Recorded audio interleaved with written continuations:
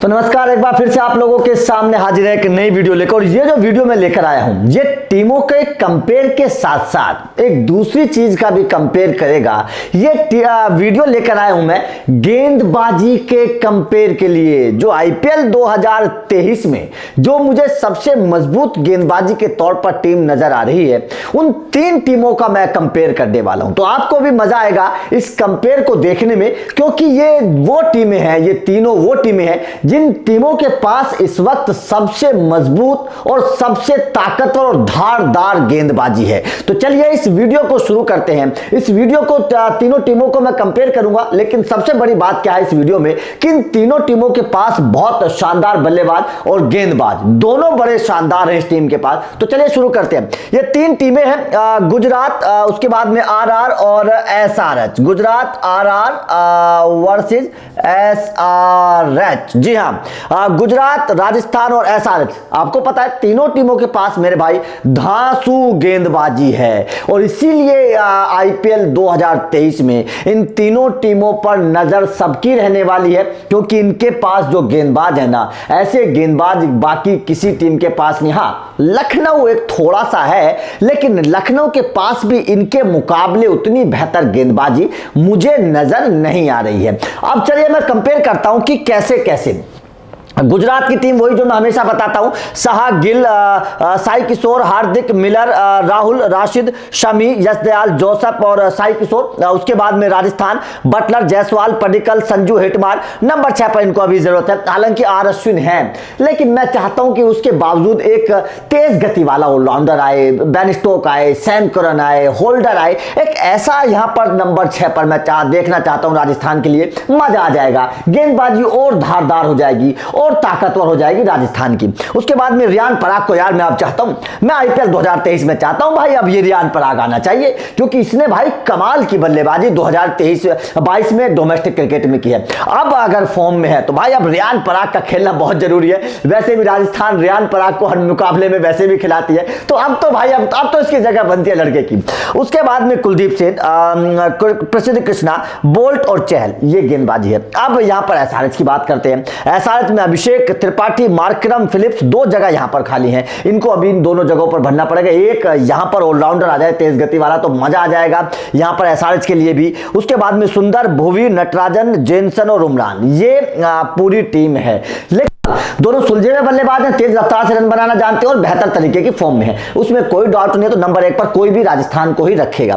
उसके बाद में नंबर 2 पर मैं रखूंगा गुजरात को, नंबर 2 पर मैं गुजरात को रखूंगा। नंबर 3 पर मैं एसआरएच को रखूंगा। गुजरात को इसलिए क्योंकि यहां पर शुभमन गिल शानदार फॉर्म में, और साहा, देखिए इन दोनों बल्लेबाजों ने जो है ना कंसिस्टेंसी दिखाई है, इन दोनों बल्लेबाजों ने लगातार रन बनाए हैं, इसीलिए ये गुजरात की टीम मुझे थोड़ी सी ज्यादा बेहतर नजर आ रही है। राजस्थान के ओपनर हालांकि सबसे नंबर 1 है, लेकिन उसके बाद में गुजरात के मुझे ओपनर नजर आ रहे हैं। अब बात करते हैं नंबर 3 की। नंबर 3 पर यहां साई किशोर है, यहां पर पडिक्कल है, यहां पर मार्करम है। देखिए तीनों बल्लेबाज शानदार है, तीनों बल्लेबाज शानदार और तीनों रन बना रहे हैं। ऐसी बात नहीं रन नहीं बनाए हैं, तीनों के बल्ले से रन निकले, लेकिन तजुर्बे के हिसाब से मैं एसआरएच के मार्करम को, क्योंकि मार्करम फॉर्म के साथ साथ जो ना बड़े बल्लेबाज है, उनको पता है कि नंबर 3 के बल्लेबाज का जो दायित्व होता है, जो उनका रोल होता है, वो होता है कि आखिर तक गेम को ले जाना, और मार्करम उस मामले में माहिर है। तो यहां पर मैं मार्करम को ऊपर रखूंगा। हालांकि पडिक्कल और साई किशोर ने दोनों ने अच्छी बल्लेबाजी की है, लेकिन तजुर्बे का मैं थोड़ा सा मार्जिन मार्करम को दे देता हूं।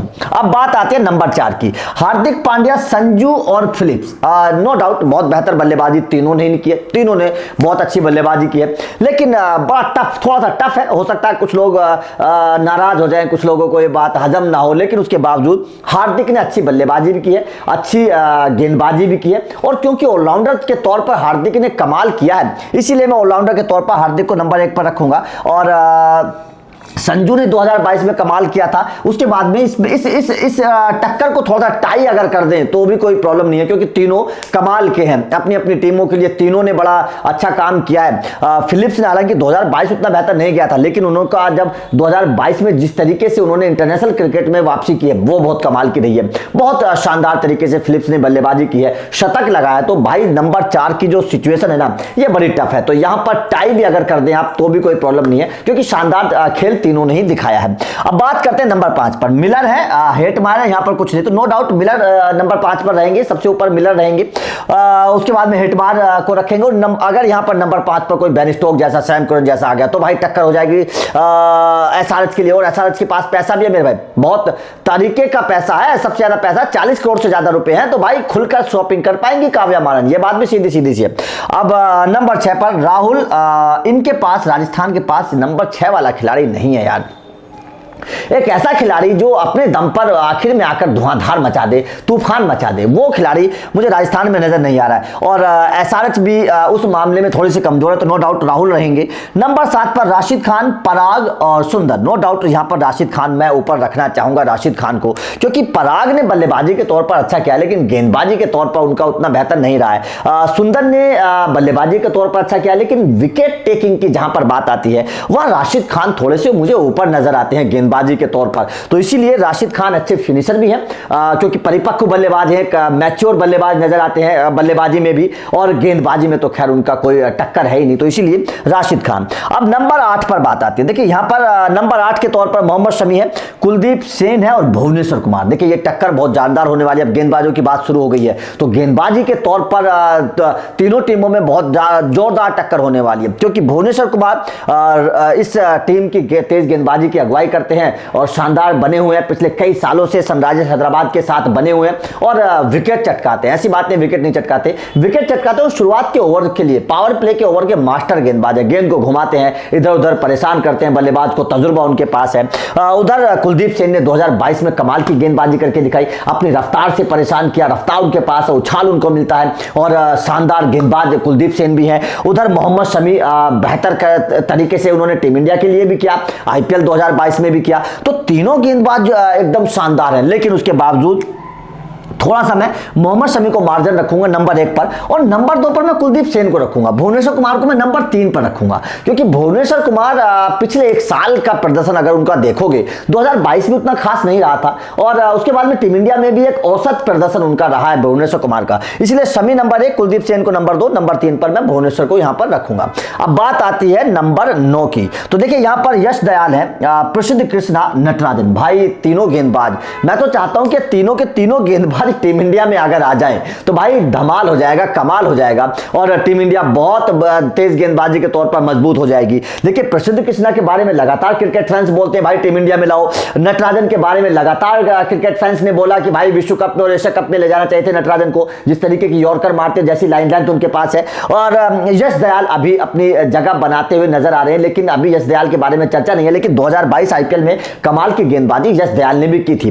तो ये वो खिलाड़ी हैं जो इस वक्त अपने प्रदर्शन के दम पर सेलेक्टर्स का दरवाजा खटखटा रहे हैं, दरवाजा खटखटा नहीं रहे हैं, तोड़ने की कोशिश कर रहे हैं। तो इसीलिए प्रसिद्ध कृष्णा, देखिए इस लिस्ट में अगर गेंदबाजी की मैं बात करूं, प्रसिद्ध कृष्णा को मैं नंबर 1 पर रखूंगा, नटराजन को नंबर 2 पर, यश दयाल को नंबर 3 पर यहां मैं रखूंगा। प्रसिद्ध कृष्णा, देखिए इन तीनों गेंदबाजों में नो डाउट प्रसिद्ध कृष्णा विकेट टेकिंग के मामले में थोड़े से मुझे ज्यादा नजर आते हैं, उनके गेंदों पर ज्यादा विकेट मिलते हैं उनको, उछाल उनके पास है, रफ्तार उनके पास है, और एक जो लाइन लेंथ है ना प्रसिद्ध कृष्णा की, जो नौजवान है जिस तरीके से वो सीख रहे हैं, जिस तरीके से ट्रेंट बोल्ट को उन्होंने साथ नहीं दिया बल्कि टक्कर दी बोल्ट को, और बेहतर गेंदबाजी करने की कोशिश की, अपनी टीम को फाइनल तक पहुंचाया। तो प्रसिद्ध कृष्णा की मैं गेंदबाजी का मुरीद हो गया, ये गेंदबाज बहुत बेहतर गेंदबाजी कर रहा है, और अगर इस गेंदबाज को मौका मिलता है तो टीम इंडिया के लिए बहुत बेहतर करेगा। तो Prasidh Krishna number 1, Natarajan number 2, no doubt death over के बहुत बड़े गेंदबाज है नटराजन, यॉर्कर उनके पास है, वेरिएशंस उनके पास है, बल्लेबाज को परेशान करते हैं,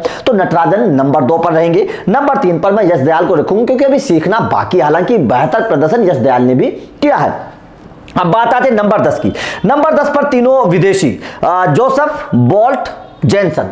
तो देखिए अगर विकेट की बात करता हूं मैं, विकेट टेकिंग ऑप्शन की मैं बात करता हूं, तो no doubt Trent Boult number 1 पर रहेंगे, बहुत बेहतर गेंदबाज है, किसी भी कंडीशन में, किसी भी पिच पर, किसी भी टीम के खिलाफ विकेट लेने की काबिलियत ट्रेंट बोल्ट के पास है, किसी भी टीम के खिलाफ और किसी भी कंडीशन में, किसी भी सिचुएशन में। तो ट्रेंट बोल्ट नो डाउट बहुत बेहतर गेंदबाज है। उसके बाद में मार्को जेनसन, उनके पास रफ्तार भी है, विकेट लेने की काबिलियत है, जोसेफ विकेट लेने की काबिलियत है, रफ्तार भी है, उछाल भी मिलता है, तो तीनों गेंदबाज बहुत शानदार है। तीनों गेंदबाजों को अगर आप देखेंगे तो आप बोलेंगे कि यार तीनों गेंदबाज बेहतर है, आप किसको नंबर 1 नंबर 2 दें, लेकिन बोल्ट को क्योंकि सीनियर गेंदबाज है और किसी भी कंडीशन में किसी भी टीम के खिलाफ, और सबसे बड़ी बात क्या है, बड़े मैचों में विकेट लेते हैं ट्रेंट बोल्ट। ये बहुत बड़ी खासियत है इस गेंदबाज की कि जब बड़ा मैच होता है, जो निर्णायक मुकाबला होता है, उसमें ट्रेंट बोल्ट विकेट लेकर देते हैं। तो यहां पर ट्रेंट बोल्ट नंबर 2, नंबर 1 और नंबर 2 पर मैं जोसेफ को रखूंगा। नंबर 3 पर थोड़ा सा देखिए ज्यादा, हालांकि आप लोग बोलेंगे कि यार दोनों अच्छे हैं, मैं ज्यादा मार्जिन नहीं दे रहा हूं, लेकिन उसके बावजूद भी जोसेफ के पास थोड़ा सा तजुर्बा मुझे ज्यादा नजर आता है, थोड़ा सा बेहतर और गेंदबाज, निखरे हुए गेंदबाज मुझे नजर आते हैं। जेनसन अभी थोड़े से नए हैं, नौजवान है, अभी बहुत कुछ सीखना बाकी है, तो इसीलिए नंबर 2 पर जोसेफ, नंबर 3 पर जेनसन। अब बात आती है आखिरी वाली की। आखिर में देखिए यहां पर साई किशोर है, स्पिनर है, नो डाउट, अभी सीख रहे हैं, बहुत नए हैं। चहल दिग्गज है, T20 के व्हाइट बॉल क्रिकेट के दिग्गज है, विकेट लेना जानते हैं, आईपीएल 2022 में सबसे ज्यादा विकेट लिए, टीम इंडिया के लिए विकेट लिए। लेकिन भाई उमरान मलिक रफ्तार का बादशाह है, 150 से ऊपर की रफ्तार, मतलब पूरा का पूरा ओवर 150 से ऊपर का फेंक देता है ये गेंदबाज। जहां पर गेंदबाज 135-40 पर आकर अटक जाते हैं, बड़ी मुश्किल से 40 तक छू पाते हैं, वहां पर ये गेंदबाज सारी गेंदों को 150 से ऊपर फेंकता है। 157 की फेंकी थी पिछली बार आईपीएल 2022 में, तो इससे आप अंदाजा लगा सकते हैं कि सारज के पास भाई रफ्तार वाले गेंदबाज हैं। अब देखिए मैं बल्लेबाजों के साथ साथ इन तीनों टीमों के गेंदबाजों का एक बार कंपेयर आप लोगों को करता हूं, आप लोगों के सामने तुलना करता हूं, तो आप अंदाजा लगाएंगे कि वास्तव में यार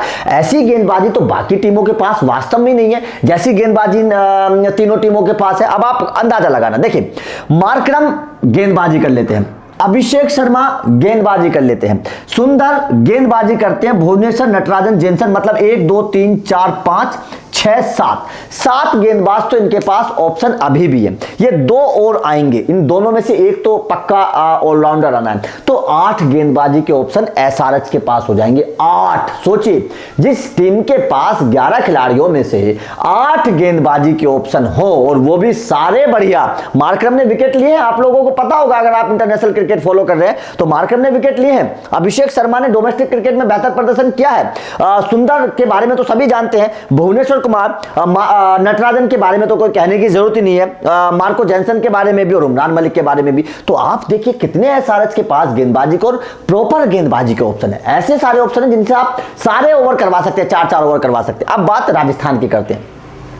देखिए राजस्थान के पास पराग से आप गेंदबाजी करवा सकते हैं, कुलदीप सेन करेंगे, कृष्णा करेंगे, बोल्ट करेंगे, चहल करेंगे, अश्विन इनके पास है। अगर यहां पर अश्विन आ जाते हैं तो अश्विन इनके पास है। एक ऑलराउंडर की ये तलाश में है, हो सकता है कि मेगा ऑक्शन, मिनी ऑक्शन में एक ऑलराउंडर यहां पर आ जाए, तो इनके पास 1 2 3 4 5 6 गेंदबाजी के ऑप्शन इनके पास भी हो जाएंगे। और सबसे बड़ी बात क्या है, सारे विकेट टेकर ऑप्शन है, सारे विकेट टेकर ऑप्शन। अगर केवल रेयान पराग को छोड़ दे तो बाकी सारे ऑप्शंस इनके पास विकेट टेकिंग होंगे। और सबसे बड़ी बात क्या है, इनके पास बोल्ट, चहल, प्रसिद्ध कृष्णा और कुलदीप सेन, ये चारों गेंदबाज तो ऐसे हैं जिनके पास रफ्तार, मतलब धार और रफ्तार। चहल के पास धार है गेंदबाजी की, विकेट लेने की, और इनके पास रफ्तार और धार तीनों है। तो ये भी टीम गेंदबाजी के तौर पर मुझे बहुत मजबूत नजर आ रही है राजस्थान भी। अब बात गुजरात की करते हैं। देखिए गुजरात के पास हार्दिक, नो डाउट बहुत बेहतर गेंदबाजी कर रहे हैं इस वक्त, गोल्डन टच में है हार्दिक। उसके बाद में राहुल भी गेंदबाजी कर सकते हैं, हालांकि करवाई नहीं है हार्दिक ने उनसे। राशिद तो महान स्पिनर्स में से एक है, शमी, यशदयाल, जोसेफ और साई किशोर। तो आप अंदाजा लगाइए 1 2 3 4 5 6 और हार्दिक 7 गेंदबाजी के ऑप्शन गुजरात के पास भी हैं। 7 गेंदबाजी के ऑप्शन, और 7 में से 6 तो ऐसे हैं जो प्रॉपर गेंदबाज हैं, जो हर मैच में ओवर करेंगे, हर मैच में विकेट चटकाएंगे और विकेट लेने की काबिलियत है। 6 तो ऐसे हैं, तो इसीलिए मैं बोल रहा हूं। और सारे के सारे इनफॉर्म है। सबसे बड़ी बात यह है कि इन तीनों टीमों के पास जो गेंदबाज है, वो तीनों टीमों के गेंदबाज इनफॉर्म है, कोई आउट ऑफ फॉर्म नहीं है। कोई ऐसा खिलाड़ी नहीं है जो 1-1.5 साल बाद चोट से वापसी कर रहा है, या फिर वो चोटिल हो गया वो वापसी कर रहा है, नहीं। सारे गेंदबाज फॉर्म में है, सारे गेंदबाज बेहतर प्रदर्शन कर रहे हैं, सारे गेंदबाज एकदम टच में हैं। तो ये सबसे बड़ी काबिलियत इन तीनों टीमों में है। देखिए गेंदबाजी, ये बात पक्की ही है कि अगर आपको आईपीएल का चैंपियन बनना है तो बल्लेबाजी के साथ साथ आपके पास गेंदबाजी के विकल्प भी बेहतर होने चाहिए, और वो भी वो गेंदबाज होने चाहिए जो इन्फॉर्म हो, जो बेहतर कर रहे हो, तब आपकी टीम चैंपियन बन सकते। तो ये मैं 3 टीम वो लेकर आया हूं आप लोगों के सामने जिनकी 2023 में सबसे बेहतर गेंदबाजी रहेगी, जिनकी गेंदबाजी पर सवाल नहीं है, डाउट नहीं है, और बल्लेबाजी में भी कम नहीं है टीम। अभिषेक त्रिपाठी, मार्करम फिलिप्स, चारों बल्लेबाज बड़े हैं, आपको अंदाजा लग रहा होगा, चारों बल्लेबाज बड़े हैं। उधर Jos Buttler, Jaiswal, Padikkal, Sanju, Hetmyer, ये भी ऊपर के पांचों बल्लेबाज शानदार हैं, पांचों बल्लेबाज बड़े हैं। इस बात को भी आप समझिएगा। जिस टीम में जोस बटलर हो, आप अंदाजा लगाइए, संजू सैमसन हो, पडिक्कल, जायसवाल जैसा खिलाड़ी जो इनफॉर्म है, तो वहां पर कुछ जगह ही नहीं बचती है कुछ सवाल खड़े करने की। तो यहां पर बल्लेबाज भी इनके पास सारे सॉलिड है मेरे भाई। अब यहां पर आ जाते हैं साहा, गिल, साई, हार्दिक, मिलर, राहुल, राशिद। सोचिए बल्लेबाजी कितनी मजबूत और गहराई है गुजरात की बल्लेबाजी में भी, तो यहां भी आप अंदाजा लगा सकते हैं। तो बल्लेबाजी के तौर पर आप देख लीजिए, मध्यम क्रम के तौर पर देख लीजिए, ऑलराउंडर्स के तौर पर देख लीजिए, गेंदबाजी के तौर पर देख लीजिए, इन टीमों के पास सॉलिड ऑप्शन है तीनों क्षेत्रों में, बल्लेबाजी के तौर पर भी, ऑलराउंडर्स के तौर पर भी, गेंदबाजी के तौर पर भी, और स्पिनर्स के तौर पर भी। स्पिनर्स के तौर पर भी इनके पास अच्छे स्पिनर हैं। आप सुंदर को कम मत आंकिए, बहुत शानदार स्पिनर है। मार्करम इंटरनेशनल लेवल पर भी गेंदबाजी करते हैं। उसके बाद में आप यहां पर आ जाइए, चहल के बारे में सबको पता है किस तरीके के गेंदबाज हैं, उसमें कोई डाउट ही नहीं है। उधर से आप यहां पर आ जाइए, राशिद खान और साई, राशिद खान के बारे में सबको पता है किस तरीके के स्पिनर। तो इनके पास एक एक स्पिनर ऐसा है जो विश्व स्तरीय है। तीनों टीमों के पास एक एक स्पिनर ऐसा है जो बड़ा गेंदबाज है, विकेट टेकर गेंदबाज। और सबसे बड़ी बात, गेंदबाजी के तौर पर सारे ऑप्शन जो है इनके पास वो बहुत शानदार है। तो इसीलिए मुझे लग रहा है कि आईपीएल 2023 में ये 3 टीम गेंदबाजी के तौर पर सबसे मजबूत है। आपका इन तीनों टीमों को लेकर क्या कहना है? और मुझे ऐसा लगता है, ऐसा नहीं है, इन तीनों टीमों में से एक टीम फाइनल में भी जरूर जाएगी 2023 में, ये भी आप लिखकर रख लेना अभी से। इन तीनों टीमों में से एक टीम फाइनल में भी पक्का जाएगी। उसके पीछे की रीजन यही है क्योंकि ये तीनों टीमें ऊपर से नीचे तक मुझे मजबूत नजर आ रही हैं। ऐसा अगर ये 2 क्षेत्र बढ़िया कर ले, राजस्थान अपना 6ठे नंबर पर एक ऑलराउंडर ले आए, तो मुझे ऐसा लगता है कि बेहतर हो जाएगा। गुजरात को भी कुछ जरूरत है, एक तेज गति से रन बनाने वाला अगर इनके पास ओपनर आ जाए तो मेरे हिसाब से गुजरात की टीम भी बहुत मजबूत नजर आएगी। लेकिन ये भी टीम मुझे बहुत मजबूत नजर आ रही है। तो आपका इन तीनों टीमों पर क्या कहना है? इन तीनों टीमों में से कौन सी टीम के पास आपको मजबूत गेंदबाजी ऑप्शन नजर आ रहे हैं? कमेंट करके जरूर बताइएगा। और कौन सी टीम आपको लगता है कि फाइनल तक पहुंचेगी 2023 में, ये भी बताइएगा। वीडियो अच्छी लगी हो तो लाइक करिएगा, शेयर करिएगा। इसी तरीके की वीडियोस के लिए चैनल को सब्सक्राइब जरूर कर लेना, क्योंकि हम 2023 में इस तरीके की वीडियोस आप लोगों के सामने लाते रहेंगे। Thank you very much.